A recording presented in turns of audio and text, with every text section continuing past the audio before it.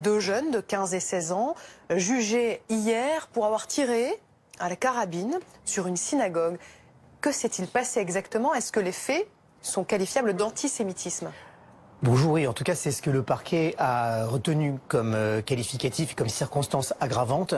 Donc, puisque le parquet considère que c'est antisémite, moi je considère que ça l'est aussi.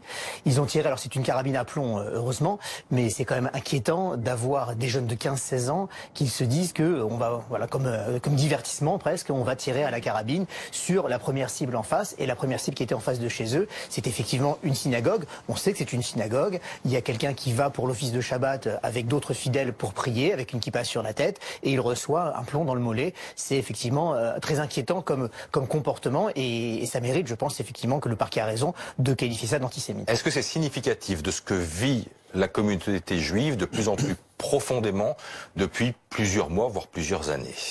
Oui, alors je dirais oui et non. C'est significatif au sens où il y a une multiplication des actes, des injures, etc. Vous l'avez rappelé, c'est valable en France en règle générale. Malheureusement, c'est valable à Paris, c'est valable aussi à Sarcelles.